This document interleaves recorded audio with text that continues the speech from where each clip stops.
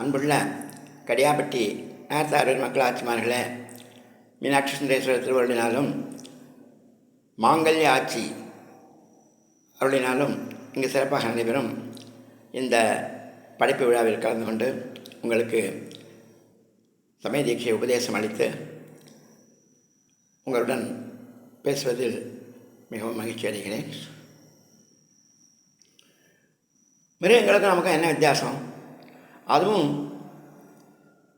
சாப்பிட்றது, தூங்குறது, குழந்தை வீட்டில் பெற்றுக்கிறது, கூடு கட்டுறது. குருவி, அணிலெலாம் வருஷம் புதுசாக கூடு கட்டுறது. நம்மளால் புதுசாக வீடு கட்ட முடியுமா? வருஷம் பெயிண்ட் கூட அடிக்க முடியாது, அவ்வளோ பெருசு கட்டி வச்சுருக்கோம். நமக்கு சாமி கும்பிட தெரியாது, அதுக்கு சாமி கும்பிட தெரியாது, அவ்வளோதான். அதை நம்ம செய்யலை அப்படின்னா மறுபடியும் இந்த 6வது அறிவு நமக்கு கிடைக்குமோ? சொந்தக்காரர் ஒரு பெரிய நல்ல செல்ஃபோன் வாங்கி கொடுத்துருக்கார். அதை நம்ம சரியாக பயன்படுத்த தெரியாமல் மூலையில் போட்டு உடச்சிட்டோம். மறுபடியும் கடவுள் நமக்கு சொந்தக்காரரை வாங்கி கொடுப்பாரோ? கொடுக்க மாட்டார்.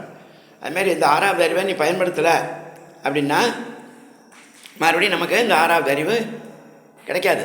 6வது என்ன பிரயோஜனம்? சந்திரமண்டலத்துக்கு, செவ்வாய் கிரகத்துக்கு ராக்கெட் விட்டான், இதுதான் 6வது அறிவுக்கு பயணமா? அதெல்லாம் பிரயோஜனம், நிறைய பணம் சம்பாதிக்கலாம், அவ்வளோதான். அதுக்கு இதுக்கும் உயிருக்கு அதனால் என்ன சம்பந்தம், என்ன பயன்? ஒன்றுமே கிடையாது. அதனால் இந்த 6வது அறிவினுடைய பயன் இறைவனை அறிதல், தன்னை அறிதல், இறைவனை அறிதல், இறைவனை உணர்தல், மறுபடியும் பிரபாத பேரின்ப நிலையை அடைதல். அப்படியே பிறந்தாலும் இந்த அளவாவது நல்ல பிறவி நமக்கு கிடைக்கணும், இதை விட நல்ல பிறவி கிடைக்கணும், மேல்நிலை கிடைக்கணும். அதுதான் அந்த 6வது அறிவினுடைய பயன். அந்த முறையில் நகரத்தார்கள் 3000 ஆண்டுகளுக்கு முன்பே நாகநாட்டில் இருக்கும்போதே சத்வஜார சிவாச்சாரியாரிடம் உபதேசம் சிவதீட்சை பெற்றிருக்கின்றார்கள்.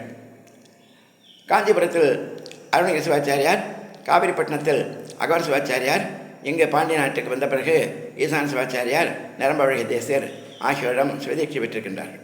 இது எதுக்காக அப்படின்னு கேட்டால், ஸ்ரீமத் பஞ்சாட்சரி கங்கா விபூதி யமுனாமதா சரஸ்வதி ருத்ராட்சம் அகமாசுரி கந்திவை. பஞ்சாட்சம் கங்கை நதியை போன்றது, விபூதி யமுனை நதியை போன்றது, சரஸ்வதி போன்றது ருத்ராட்சம். ஏன்னா எல்லா பாவங்களையும் போக்கக்கூடியது அப்படின்னு சொன்னோம்.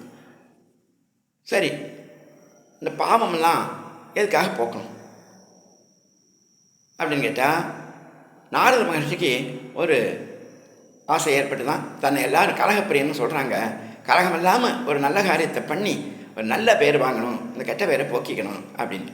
இதுக்காக அவர் கைலாசத்துக்கு போனாராம். சிவபெருமான்கிட்ட போய் கேட்டாராம், எல்லா பாவங்களையும் போக்கக்கூடிய, எல்லா துன்பங்களையும் போக்கக்கூடிய, எல்லா நன்மைகளையும் அளிக்கக்கூடிய ஒரு மந்திரம் அல்லது விரதம் இருந்தால் எனக்கு கொடுங்கள் என்று கேட்டார்.